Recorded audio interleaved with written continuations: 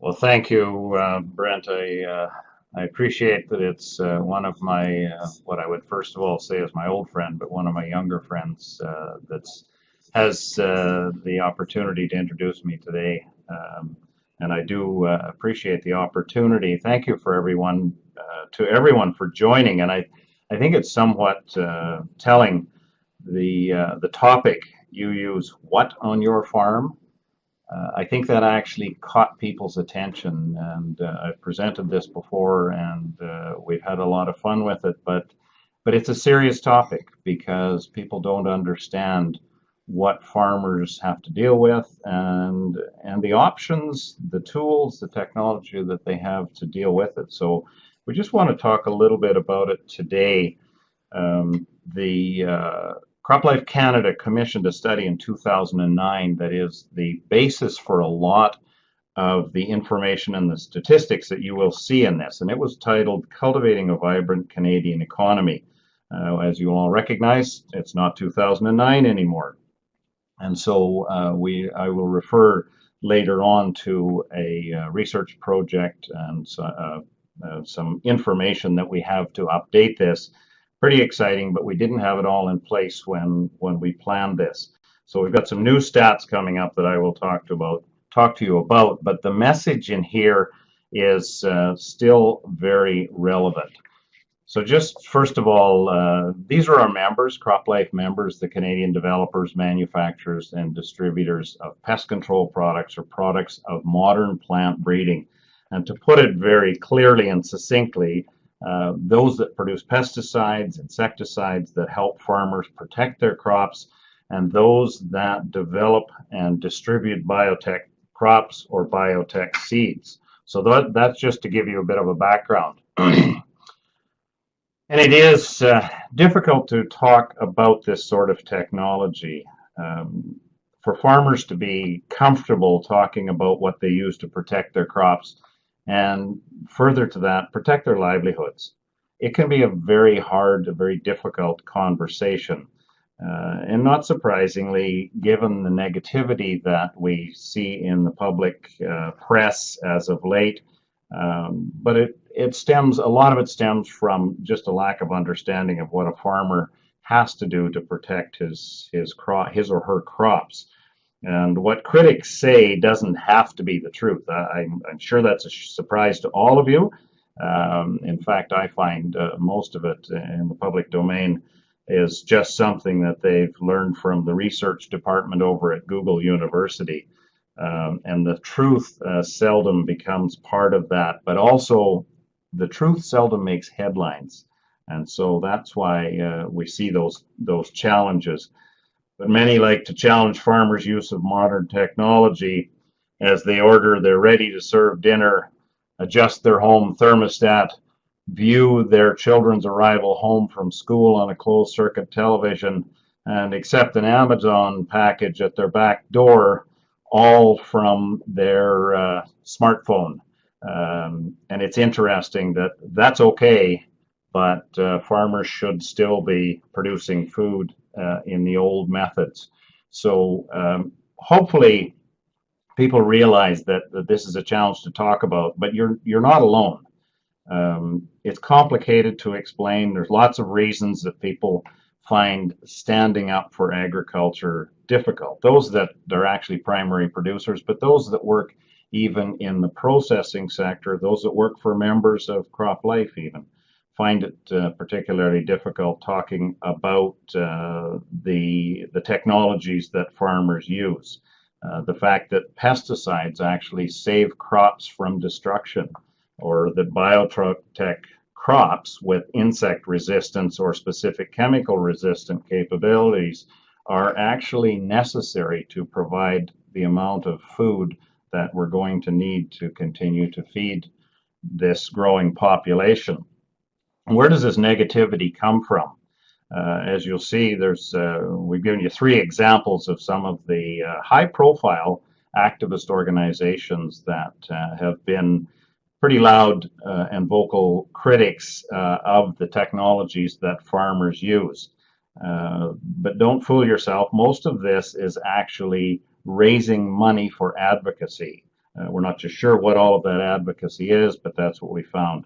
These detractor groups are very good at what they do, and people believe what they hear from them. And many actually care about the issue and are quite willing to activate and mobilize these grassroots movements.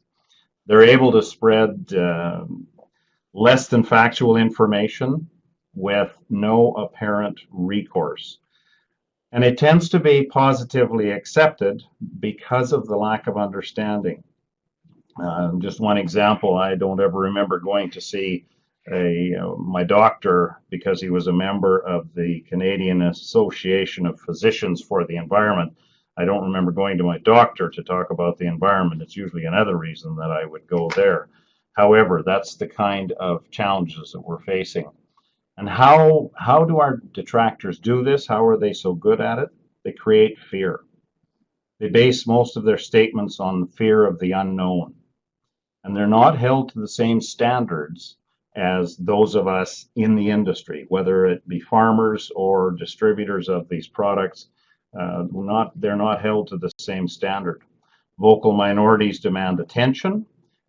I can go back to my previous life as a politician, and it is amazing how much I used to hear from these vocal organizations that had lots of time to plead for these sort of causes, whereas the farmer is often too busy to take the time to actually defend his or her use of these technologies.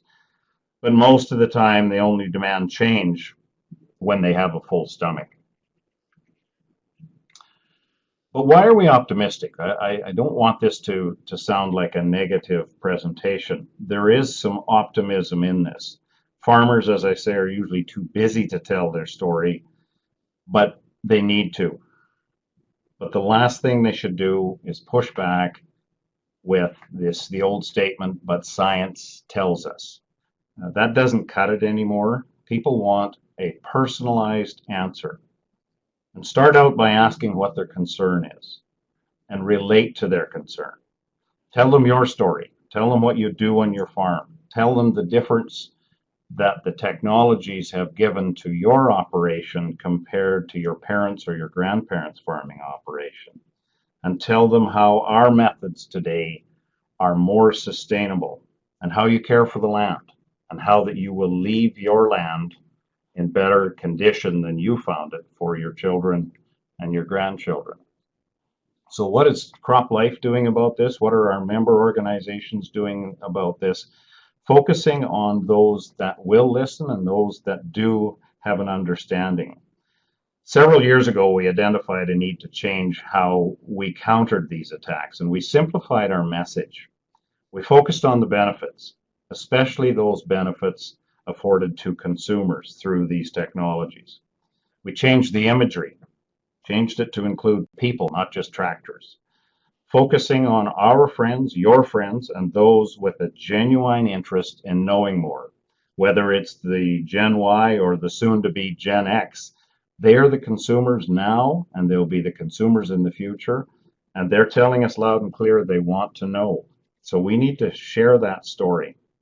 We need to be very clear about why it's necessary to use these technologies and the advantages that come from them. We introduced new initiatives to try and change the channel using social media, mainstream media, and even speaking to editorial boards. One of the other new initiatives that we've taken is actually sitting down with food bloggers at dietitians conferences and some of our food retailers to take them to the farm and show them what farmers are actually doing on their land.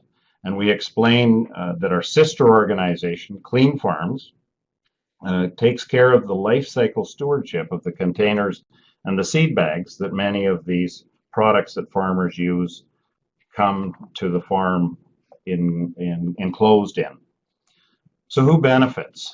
The plant protection products and modern plant breeding techniques contribute all across these sectors: people, planet, and indeed prosperity. The plant science technologies make agriculture better in many varied ways. It helps farmers make the most of every growing season, protecting crops from insects, weeds, and diseases, improving yields, increasing on-farm profits, and ultimately providing benefits that go well beyond the farm. Now, this is a stat from the Farm and Ranch Alliance out of the United States, a large organization that brings many of the agricultural sectors under one umbrella. And it's a simple message to explain why pesticides are necessary for healthy crops. And without these, it's estimated that agri-food production would obviously be drastically reduced. Part of this message is the fact that each farmer today can feed 150 more people than that farmer could 80 years ago.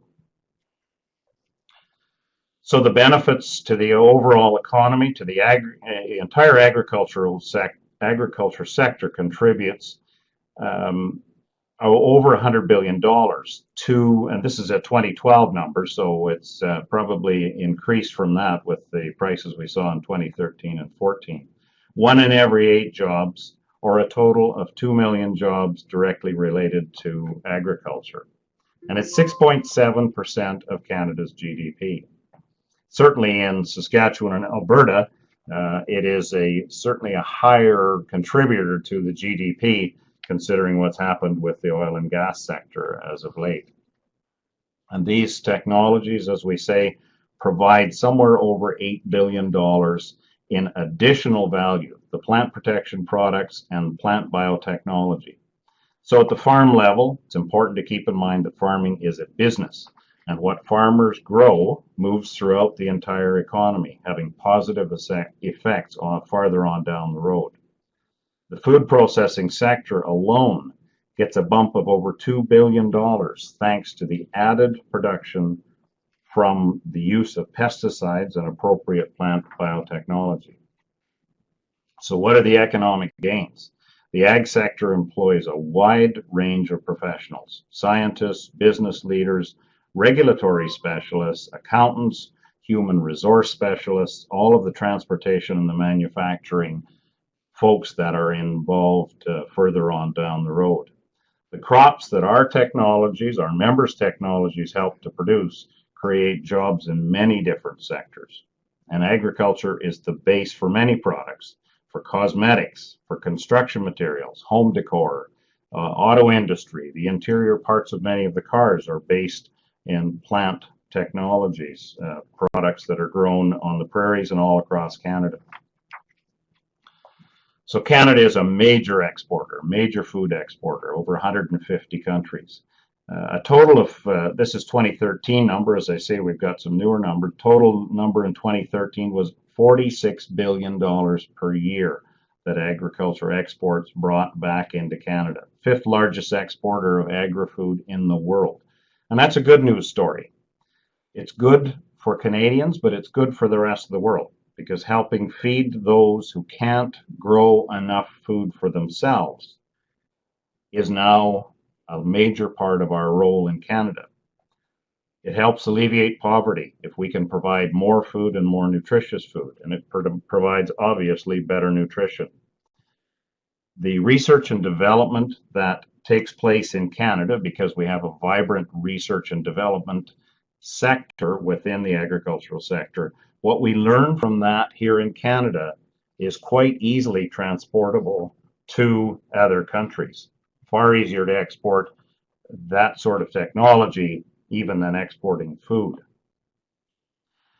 So this contribution contributes to helping feed the 9.6 billion expected population by 2050. As Canada is a beneficiary of this changing climate that we're dealing with, it is also Canada's responsibility to take advantage of that to help produce more food. And I feel very strongly about this.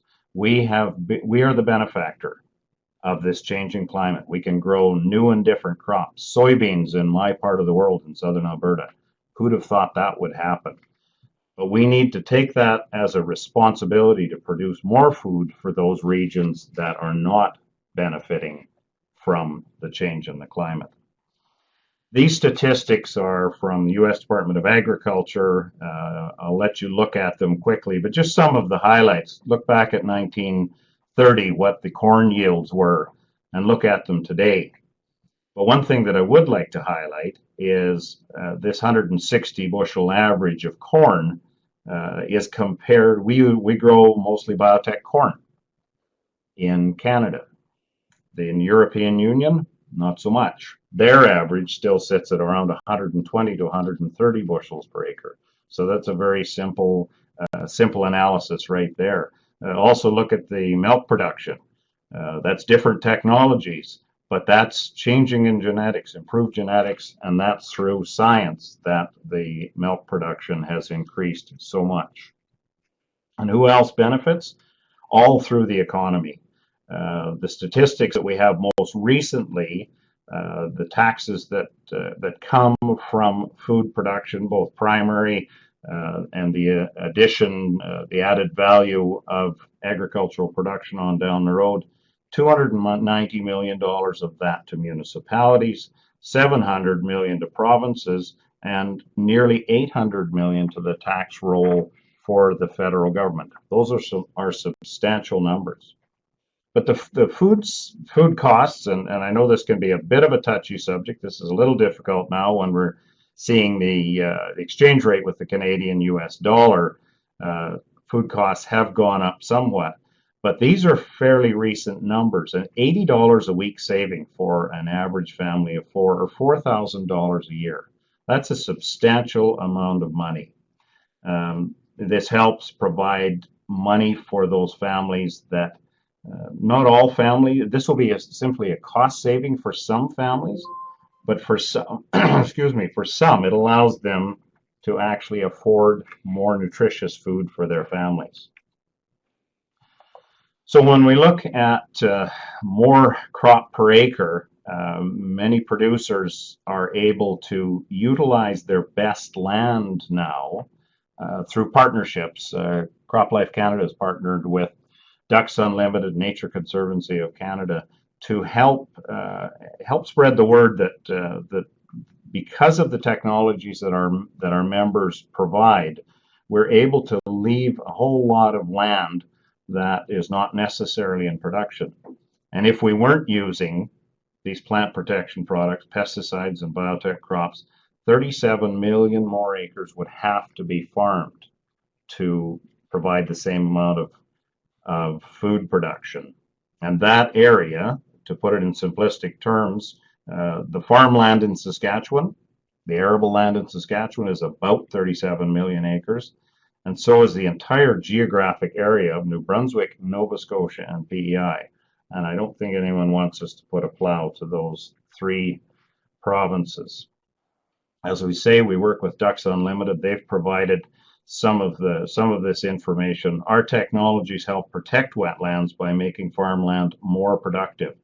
It allows farmers to leave marginal land in its natural state and only grow crops on the best soil.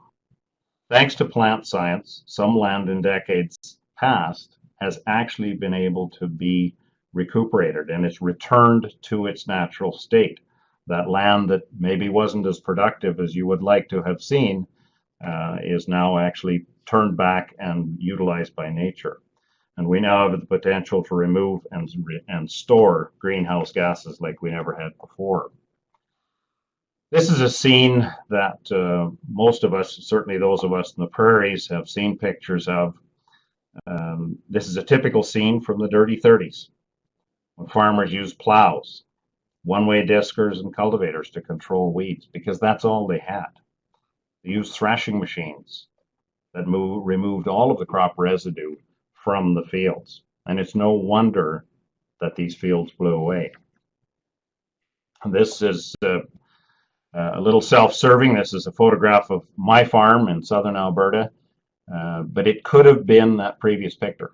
Back in the 30s, that land that you're looking at right there was blowing away.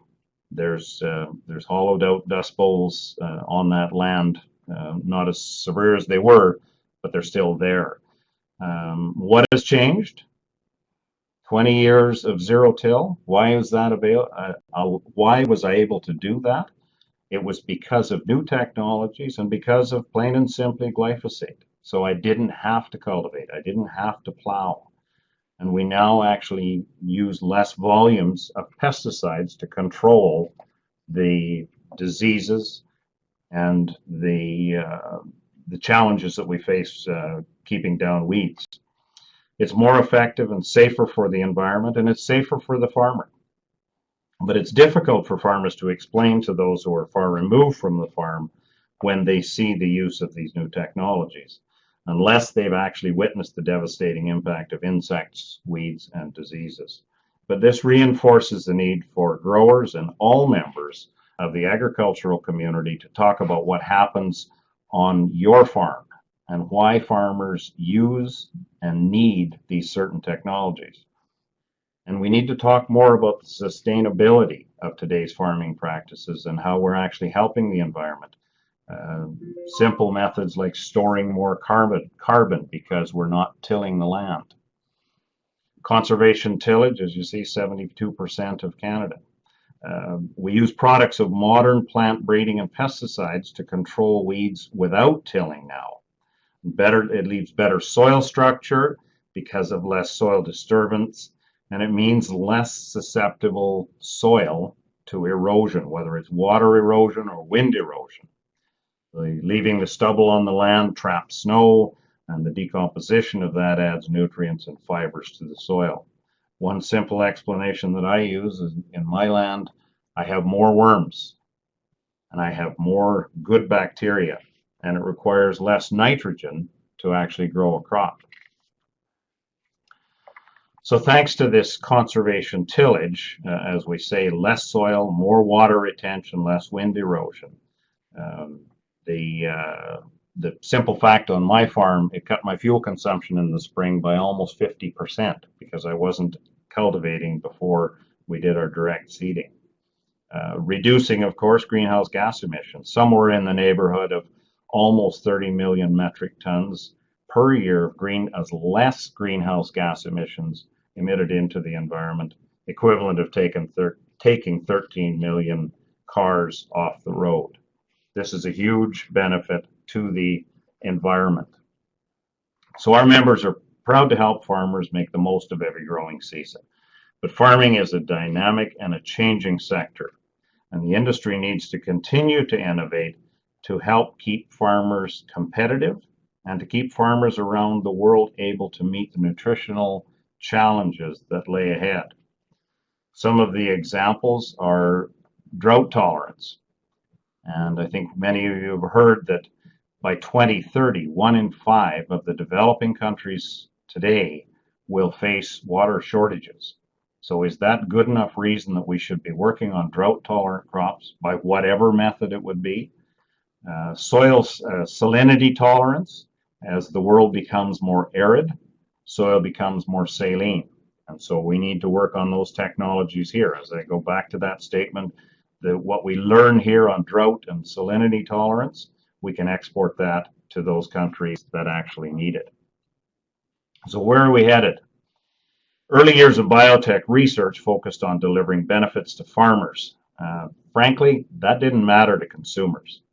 Now we're starting more to focus on delivering consumer benefits, better nutrition, better disease-fighting properties, like tomatoes rich in lycopene, corn and soybeans with increased vitamin C and vitamin E, foods that stay fresher longer, and which have enhanced flavor.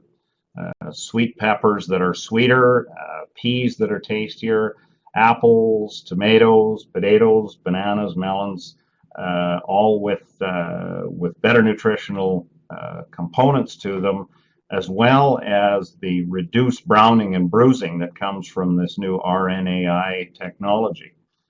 Plain and simply, the new innate potato that was approved just this week for production in Canada, it's projected that that will reduce waste by 400 million pounds every year. And of course, less water consumed to produce that, less processing costs. So is it safe? I always like to share with people, and we don't use the term, most people listening to this call will know what CFIA represents and what PMRA stands for, Pest Management Regulatory Agency. Most Canadians don't understand, and frankly shouldn't have to understand, what PMRA stands for. So when we talk about the regulatory system in Canada, which is world-renowned, I've traveled to many countries, they're envious of the regulatory system that protects food, protects the health of Canadians. And we refer to it as Health Canada because it is the overarching agency that that governs both the CFIA and PMRA. So this was from the World Health Organization.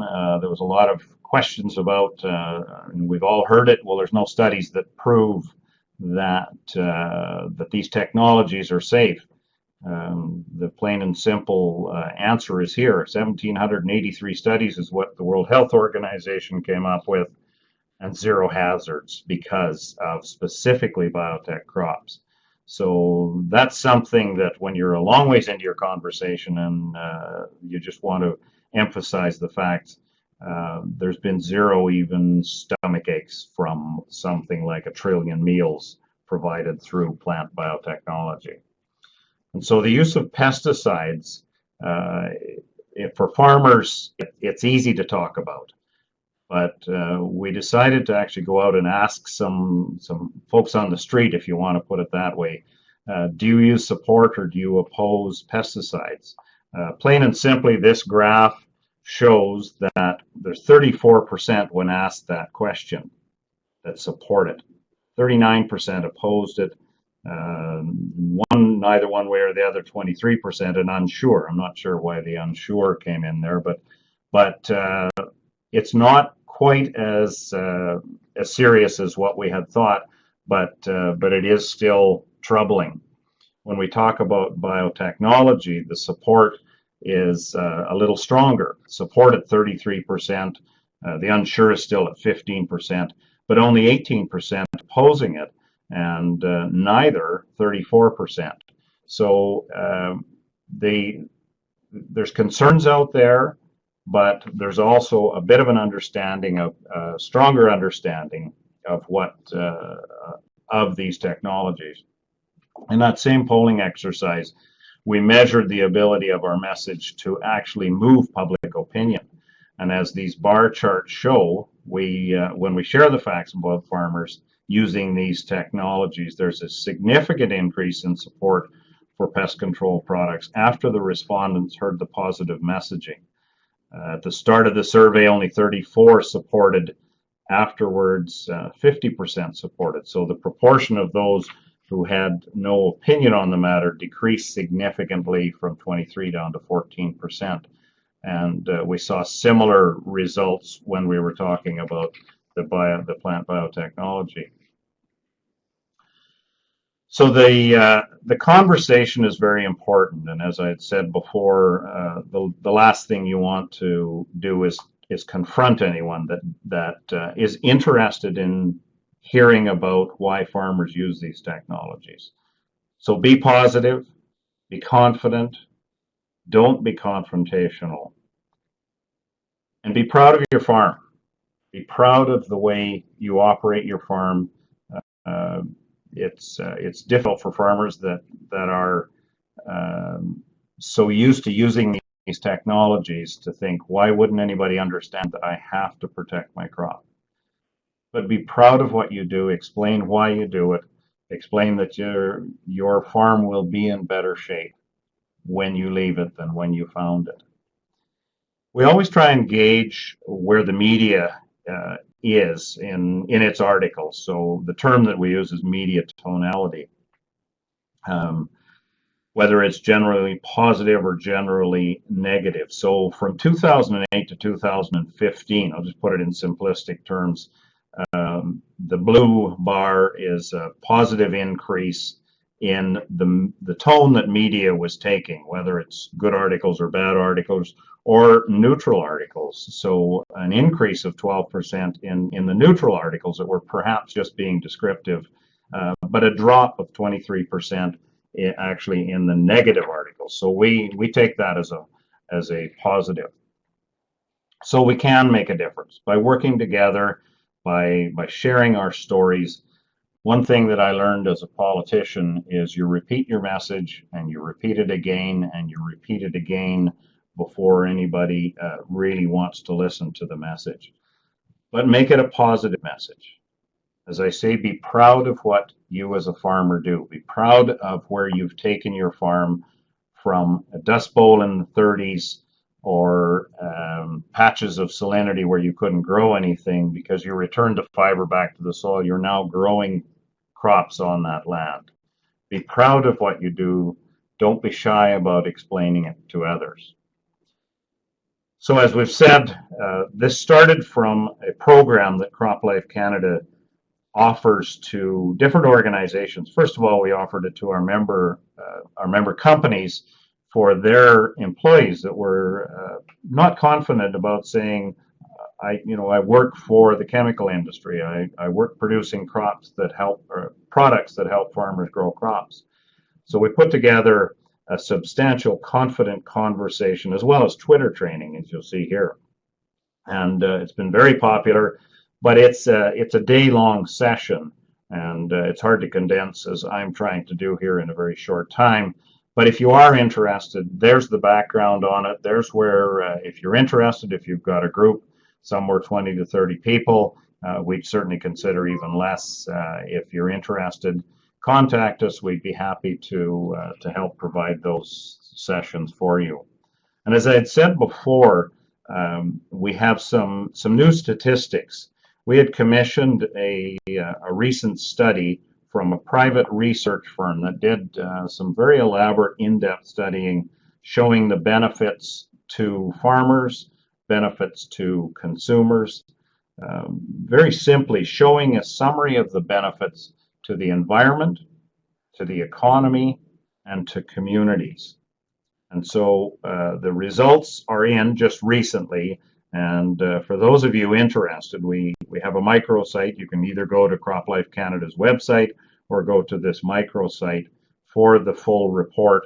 We'd encourage you to do this. These are publicly available numbers now. We invite you to share them and share them broadly as much as you can.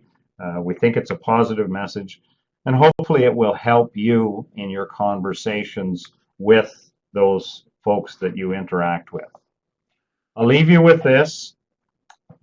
Science isn't easy to understand, but a farmer's passion can help you understand. And once again, tell your story. It's a good story. So that's it for me. Brent, I'll open it up to you. Thank you, Ted. Appreciate that. I've been watching as some questions have wandered in here.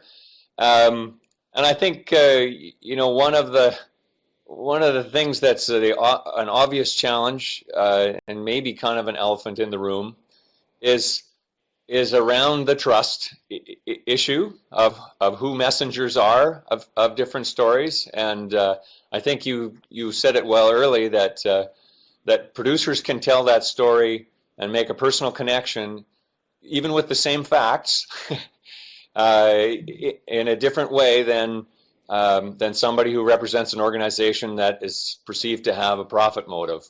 How do we give fair understanding to all the players in this game? If you you understand where I'm going with that. Absolutely, I understand. And we've all been put in this position that, well, you're biased because you use this technology, or you're biased because you produce this technology. But it's the heartfelt story that I think makes a difference. And I've gone through some of these difficult conversations. Well, who do you work for, Ted? Well, I work for CropLife Canada. Oh, and who do you represent? those industries that produce pesticides and insecticides and plant biotechnology, crops that help feed the world. Yeah, but aren't you concerned about the residues left on those? And it's a difficult conversation. As I say, don't start out by saying, but the science tells us, because that may have been at one time an acceptable answer, but you need to flesh out why they're concerned. Is it a residue, a potential residue they're concerned about? Is it the visual of a sprayer driving across a field? What is it? And ask them specifically. Not only does it give you time to gather your thoughts, being a politician, I always used to use that. Come back with a question, and it gives you a chance to gather your thoughts. But then you can talk about why on your farm it matters, why it's important, how devastating. Let me use the example grasshoppers were back in the 1980s in Saskatchewan and Alberta. And if we hadn't had the technologies available to us at that date, the corn borer that has devastated crops in Ontario and all over the United States. Now we have BT corn.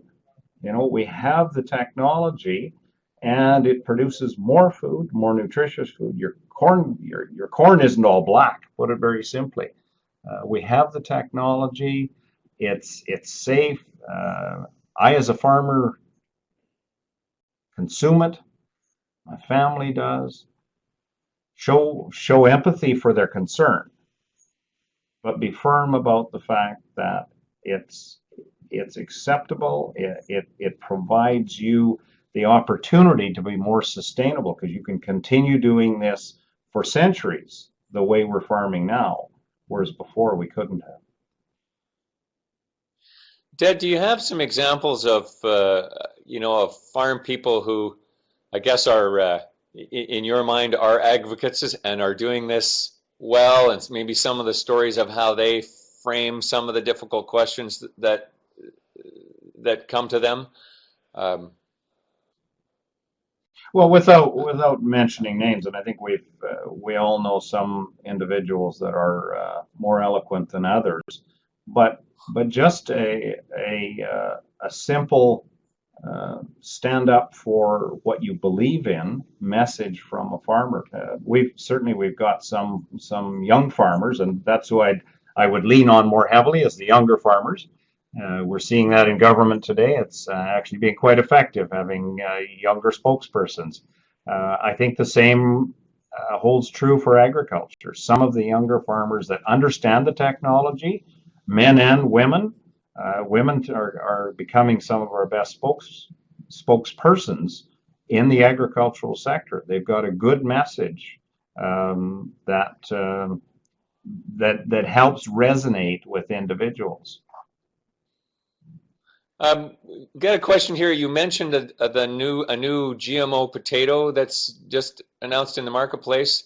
From how that would have been discussed or announced 10 years ago to how you're now communicating it today, what's the lessons learned and that we can see in the messaging around that?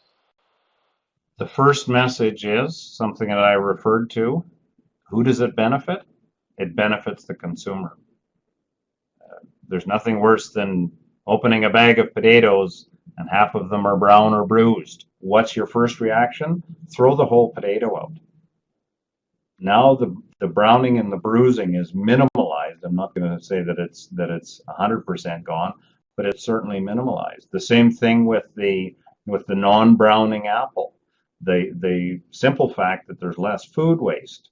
The message that, and it's a good solid message to do with the Arctic apple, who is the only, and I'm not trying to do a sales pitch for Arctic apple, but they're the only ones that actually have this non-browning technology licensed at this point.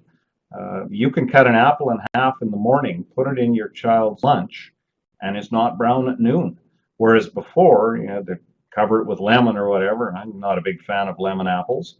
I don't know who is, but now you don't have to. You can send a half an apple with your child, and it's not brown. You can bang them together in a bag, and they're not bruised. they rot just in the same amount of time that an ordinary apple, well, they are ordinary apples, they rot in the same amount of time. It doesn't stop that, but it stops the visual, I don't want to eat that apple because it's brown, or I don't want to eat that potato because it's brown or bruised. But it's the benefit to the consumer. Certainly there's a benefit to farmers, but the main benefit is to consumer. Ted, can you talk a little bit about there's a reference back to maybe what the safety, and you talked about CFIA and PMRA as world-class organizations that protect consumers' interests. How has that technology of monitoring and the standards, how has that changed over the last 25 years that should also give consumers confidence? And in this case, producers confidence to be able to explain to consumers that they should be confident.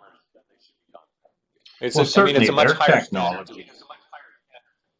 You're right, Brent. Yeah, sorry. Yeah, it certainly is. I hope we're not having an audio problem here. Their technology has changed as well, and so they're able to test to higher standards, and so the food that consumers receive is tested at higher standards. And guess what? It's passing with flying colors. It's because of the technology that they have that they're able to prove that it's safe. It's just like the drinking water issues we're hearing about it today in First Nations reserves. We have technology to test for that to save lives. So the new technology that they have just proves the safety of not only the plant protection products, but the safety of these new biotech crops that are more prolific, more nutritious, providing specific traits to us, and they are. And I remember going to Australia to talk to their regulators down there, and they, oh yeah, you've got one of the best systems in the world. You should be very proud of it. It protects the safety of food that consumers are not only consumers here, but consumers of the products that we're exporting as well. There's a kind of a comment and sort of rolled into a question in the question area about maybe producers taking some time on their own to think through exactly why they use some of these tools and what that does to them and within their community and the economy, and kind of practicing that in your own head before you're asked. We take a lot of these things for granted. Are there things that you think we miss that are really fundamental progress that we just haven't thought about much, and maybe we should spend some more time communicating?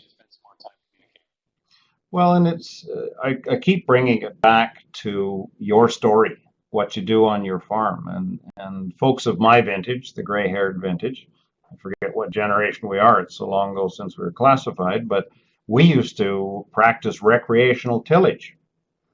We don't do that anymore. If we saw a weed out in the middle of a quarter section, we'd race out there, cultivate the whole field to get that one weed. We don't do that anymore. We don't have to do that. We're more selective about it. And it's something that simple, where we didn't go burn a tank of diesel fuel to chase one weed. We didn't allow all that moisture to evaporate. We don't anymore because we don't go out and plow or cultivate those fields like we used to. So it's a simple message like that.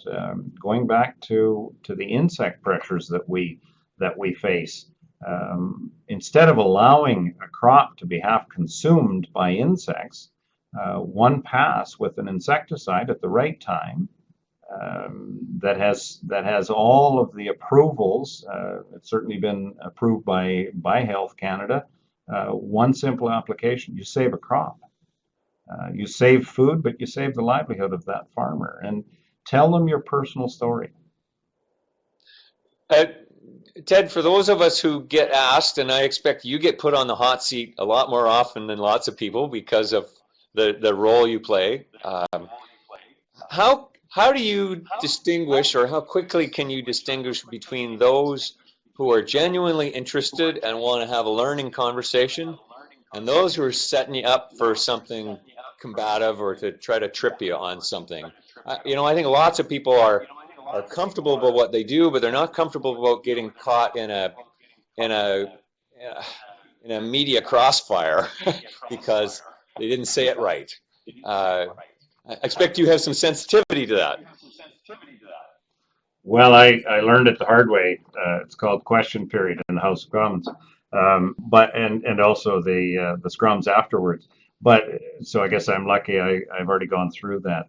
But that's should we be that selective, or should we just, this person cares and it doesn't matter why they care, if they're coming after me with a challenge, or if they're coming after me with a question because they don't know. I don't think we have to differentiate. We should have the same answer, the same message for both those that want to trip us up and those that are genuinely wanting to know how their food's produced. I think it's the same message. Don't Interesting. don't separate them. And is there a logic to building? I mean, Ag more than ever is a platform, but is there a logic to being even more organized around building kind of national brand and strategy around modern agriculture techniques? I know there's always a risk that you get a funded big strategy and it almost looks too slick. What are your thoughts about the right combination of personal and supported and ways to get facts that we think makes that connection emotionally and credibly to people who care? Well, no pun intended here, but it's the grassroots that need to deliver the message.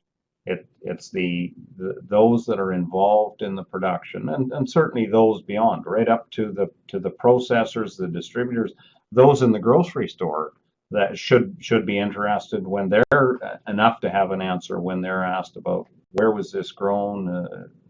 Can you tell me what country in the world this came from? Is this a prairie product? Is this in Ontario? Is this an apple from Nova Scotia? We should all have an understanding of that. But to be able to have a all across the country concerted, coordinated message, that's difficult. We've got a number of organizations, and I won't get into all of them, but good organizations. One of the most important aspects that I see that we can do is take farmers into a classroom and let them talk to the kids. That's something, and I know that we're challenged with curriculum, time in the curriculum to fit that in, but I think it would be so positive, and for young people to see that a farmer isn't carrying a pitchfork with straw in his mouth and bib overalls, that farmer operates his pivot from a smartphone, or gathers his information and collects it all on his smartphone. For young people to be able to witness that this is a business person, a businessman or a businesswoman that's running this in a professional manner, and he or she are raising children on that farm, that there's families behind this. That's the effort we need to put forward. More of that, and more of our organizations all across the country that are helping share this information. Ted, you showed some stats earlier about sort of consumer acceptance in Canada to both pesticides and to GMO, or into biotech. Sorry. Do you know how Canada compares to other G7 kind of countries, or so is our regulatory system giving people more confidence here than in other places of the world, or how do you think that shakes out in a more international scene?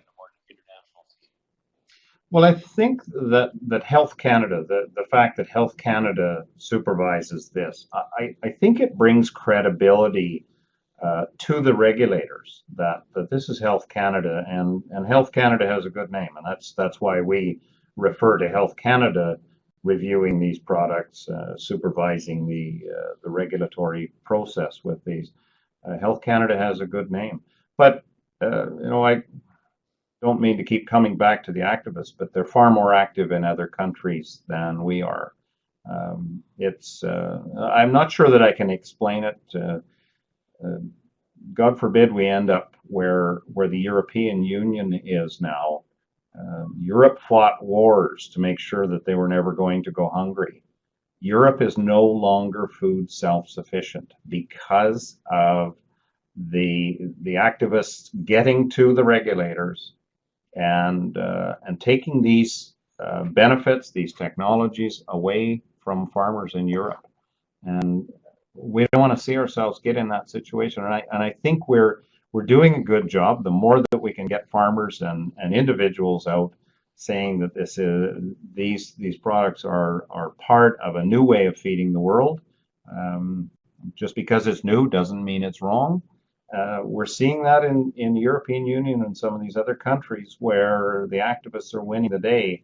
The losers are those people who are producing the food and those people whose food costs have gone up. When we look at China, for example, 10% of an average Canadian income goes to purchasing food. Whereas in China, which is still classified as a developing country, it's 40%. Those costs are reflective of the ability of producers to grow food. So I'm proud of our Health Canada system. I think they're doing a good job, and I think that that's reflected in Canada's view of these technologies that farmers are using. I'm interested. I think people understand the idea of hearing a personal story, of understanding what it is that what somebody's concerned about. I think but for many of us who have a lifetime of trying to understand agriculture through science, it's sometimes a little fearful that we're pivoting away from science, and it's science that's protecting us. I know you don't lead with science is good, don't be worried, but I guess we also can't not continue to defend science somewhere in how we have that conversation. What does that balance look like in the future? Don't get me wrong, I'm not suggesting that we shouldn't at some point in the conversation say that the science tells us that this is well accepted, well documented, and safe. Just don't make it your opening line. That's what I'm saying. Tell them the story about why you use it on your farm. Tell them how your land is more sustainable. You'll be able to continue producing these same crops as long as you stick with rotations. I'm not saying monoculture is anything we should be considering. Continue with those rotations and you will have healthy soil, you'll have healthy crops, and it will be maintained.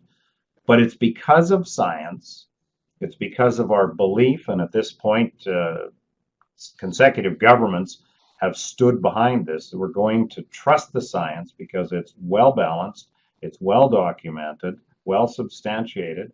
We're going to trust the science, and it's science that brings us these technologies that bring us these benefits. So it has to be part of our message, but it can't be the only message that we deliver.